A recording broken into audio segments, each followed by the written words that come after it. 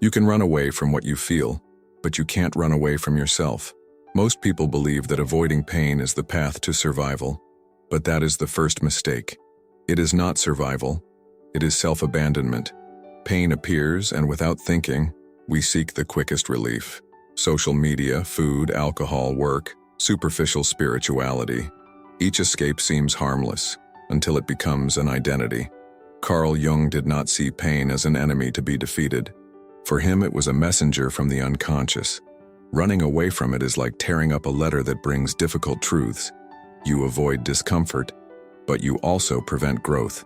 If this topic resonates with you, subscribe to the channel and turn on notifications so you don't miss the next videos. The problem is that this escape comes at a price: the loss of connection with oneself.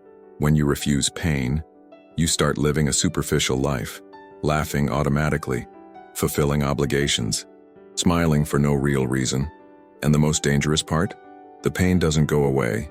It hides, and it reappears in distorted forms, in toxic relationships, in subtle sabotage, in constant feelings of emptiness. You run away and believe you are free, but the pain you avoided begins to choose for you. It chooses your words, your fears, your limits, and without realizing it, you are no longer in control.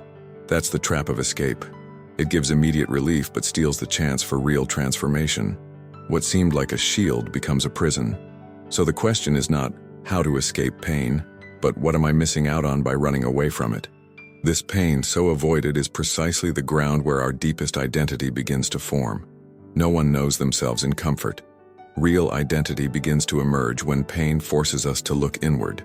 Carl Jung said, "One does not become enlightened by imagining figures of light, but by making the darkness conscious." In other words, it is in discomfort that we discover who we really are and who we were only pretending to be. Pain acts as a lens. When everything is going well, we see only the surface. But when something breaks, a loss, a rejection, a collapse, we are forced to look deeper.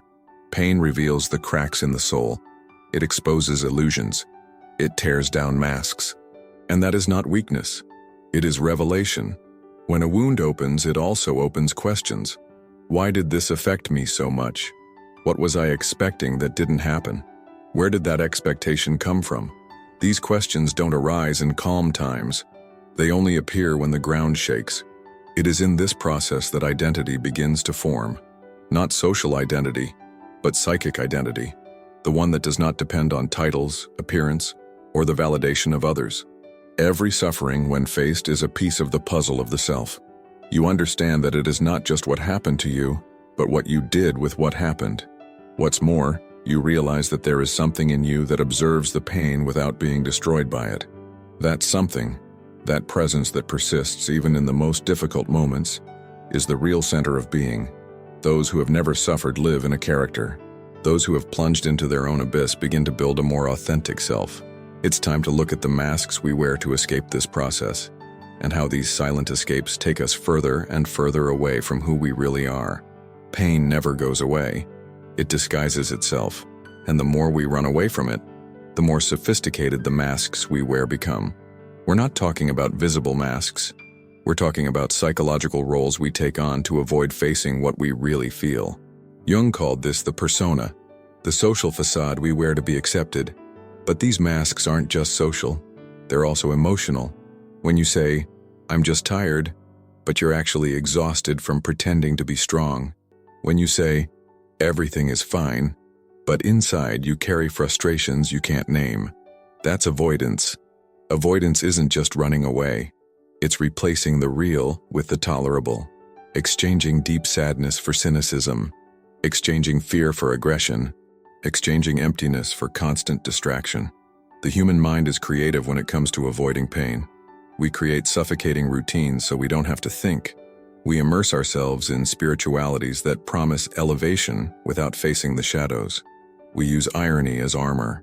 We become experts at looking good, but every mask comes at a price. Disconnection. The further you go from pain, the further you are from yourself. And the most dangerous thing, you start to believe in your own performance. The mask becomes your identity. The character becomes you. But the unconscious cannot be fooled. It finds ways to express itself. Chronic anxiety, exhaustion, repetitive relationships, sabotage. These are all symptoms, reminders that something inside is screaming to be seen. Repressed pain is not harmless. It turns into constant noise. Noise that pushes you away, consumes you, wears you down. We have arrived at the root of everything, the shadow. That side you avoid facing, but which holds the key to becoming whole. Everything you reject in yourself controls you from behind. That is the power of the shadow. For Carl Jung, the shadow represents everything that the ego does not want to admit as part of the self. Hidden desires, repressed fears, unexpressed anger, forgotten traumas. They do not disappear. They are simply pushed into the unconscious, where they gain strength. And here is the central point. Pain is the path to this shadow. All deep pain points to an unintegrated territory, something in you that has been judged, forgotten, silenced. To deny the shadow is to deny half of yourself. The problem is that we have been trained to avoid everything that is uncomfortable. We want to be good, pleasant, spiritual, strong. But what about jealousy? What about resentment? What about the desire for control? When denied, these aspects turn against us. Not directly, but through symptoms, patterns, and sabotage. The shadow does not want to destroy us, it wants to be integrated. And pain is the first call. When something hurts us, destabilizes us, or confronts us, that's when the shadow appears. Facing the shadow is not giving in to destructive impulses. It is recognizing them as part of the whole. It is looking inside and saying, I am that too. And now that I see it, I can choose differently. Without this integration, a person lives in internal war, divided between what they show and what they hide, between what they accept and what they deny. When recognized, the shadow becomes an ally, creative force, courage, intuition, authenticity. Pain, then, ceases to be just suffering and becomes a compass. What if you're getting it all wrong? What if the pain you feel isn't a mistake, but a call? Carl Jung saw pain as symbolic language, not punishment, not bad luck, but a code, a request to return to the soul. What we call suffering is often the soul trying to wake us up from automated lives, from forced roles, from paths that no longer have anything to do with who we really are. Pain is a message. You just need to learn to listen. A relationship that ends abruptly can reveal how much of your self-esteem depended on the approval of another. A professional collapse can expose years of denial of your true calling. Chronic anxiety can be the cry of a body that can no longer bear emotional disconnection. Pain shows you where you lost yourself, and at the same time, it points the way back. But here's the challenge. It's easier to run away than to listen. It's more comfortable to medicate than to dive in. It's more acceptable to complain than to take responsibility for deciphering what that pain wants to reveal. That's why most people silence the call and live in cycles. They repeat pains. They change scenarios, but never their consciousness. Responding to the call of pain requires courage. It requires digging into your own past, revisiting beliefs, facing feelings without editing them. But those who hear this call change, not from the outside in, but from the inside out. They gain depth, clarity, presence. Ignoring this call has a price, because pain that is avoided does not disappear. It turns into a silent disease. Everything you push into the unconscious comes back, stronger and more destructive. This is the effect of repression. When pain is ignored, it does not disappear.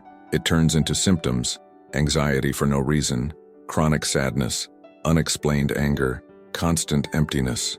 These are signs of a body and psyche overwhelmed by everything you have tried not to feel. Repression creates permanent internal tension, like a dam about to burst. On the outside, everything appears normal. On the inside, it's a minefield. And the most treacherous thing, repression is silent. It doesn't scream, it whispers. In a compulsive habit, in disproportionate irritation, in fatigue that doesn't go away, even after rest. Carl Jung knew that what is not brought to consciousness becomes destiny. In other words, what you don't face ends up deciding your life for you. Do you repress the pain of rejection?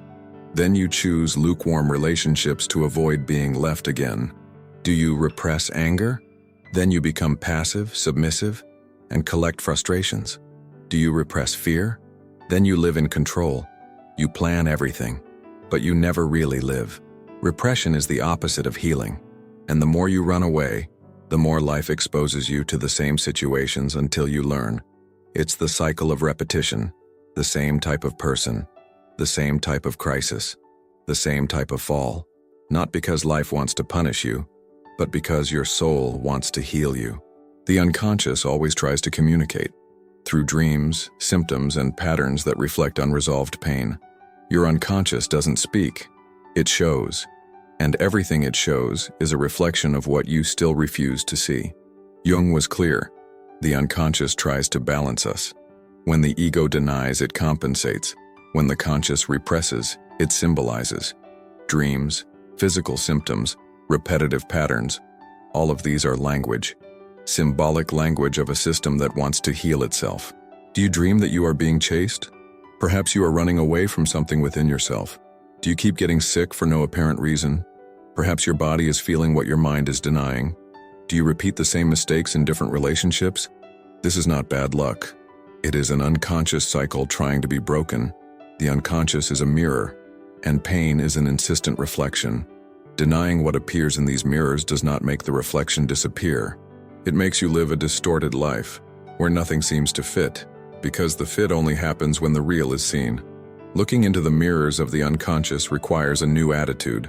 Less judgment, more listening, less fear of feeling, more willingness to understand what each pain is trying to say. Most people treat their symptoms as enemies. But what if they are messengers? What if anxiety is the cry of an ignored part of yourself? What if the repeated pattern is the map to unresolved trauma? Nothing happens by chance. Everything communicates. Only those who insist on silencing what needs to emerge fail to listen. At the center of it all is an essential choice: to have the courage to feel. This step, as simple as it may seem, can completely transform the path. Feeling hurts. Running away hurts more, but most still choose escape, because facing up to things requires courage. The courage to feel is an act of rebellion against the culture of anesthesia. We live in a world addicted to emotional comfort. Any discomfort becomes a problem. Any tear becomes weakness. But Jung knew, what you avoid feeling is precisely what you need to feel the most. The courage to feel is not drowning in suffering. It is allowing it to pass through you without trying to edit it. It is staying with the discomfort, observing anger without blaming yourself, holding on to fear without trying to solve it, allowing grief without running away to distract yourself. To feel is to be present, and presence is power. When you truly feel, something reorganizes internally. Pain ceases to be a monster and becomes a message. You understand what it wanted to show you, and when you understand, it transforms. Without this courage, pain becomes a burden. With this courage, it becomes a tool. It is in feeling that you rescue parts of yourself that were buried. Childhood wounds, old guilt, heavy silences. All of this comes to the surface. And that's good, because only what emerges can be healed. This courage is what initiates the real turnaround. It's not a cry, it's not a heroic act. It's the silent decision to no longer run away. This surrender to pain is part of a profound and rare process. Individuation, the path to finally becoming who you truly are. You were born whole, but you became fragmented. Now the mission is to return to the center, and this is called individuation. Carl Jung called this movement back to wholeness the process of individuation. It is not about becoming something new, but about recovering everything that has been denied, silenced, or distorted throughout life. Every pain faced, every shadow integrated, every emotion felt, all of these are steps in this return. To individuate is to abandon what was expected of you. It is to let go of the masks that guaranteed acceptance but cost you your essence. It is choosing authenticity, even if it means being misunderstood. But beware, this is not selfishness. It is responsibility to your own soul.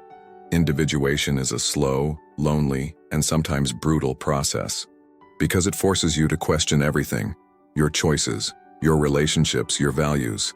But at the same time, it brings a rare clarity. You begin to live fully. You begin to feel, act, and think as a whole, no longer as conflicting parts. In this process, pain ceases to be an obstacle. It becomes a compass. Where it hurts, there is something to be seen. Where it bothers you, there is something to be healed. Where it challenges you, there is something to be overcome. To become an individual is to live without emotional crutches, without personas, without internal concessions. It is the most demanding journey, and the only one that is truly worthwhile. This is the turning point. Running away from pain is, deep down, running away from yourself. Everything starts to change when you choose to stop running and face what needs to be felt. In the end, it all comes down to one thing. You don't run away from pain. You run away from yourself. Every refusal to feel is a departure from your own truth. Every distraction is a missed chance for reunion. Every mask is a barrier between you and what could be. Pain was never the problem. The problem has always been your interpretation of it. Jung taught us that the unconscious never rests. It will keep knocking on the door, sending symptoms, mirrors, and collisions, until you decide to open it. And when you open it, you don't find monsters. You find yourself. All the themes we've explored, escape, repression, shadows, mirrors, the courage to feel, lead to the same place. Individuation, the return to your center, the reintegration of your soul. Pain does not come to destroy you. It comes to reorganize you. It comes like a hand shaking the structure so that you realize the house you built may not be yours. The life you live may not be for you. And when you stop running, something changes. The fear is still there. The discomfort still comes. But now you go through them. You listen to them, you transform them, because now you understand. All pain is a portal. All suffering is a coded lesson. And running away is the fastest way to never find yourself. The final provocation is direct. What are you still trying to avoid? And how long will you continue running away from yourself? If this content resonated with you, like the video and subscribe to the channel so you don't miss any revealing content.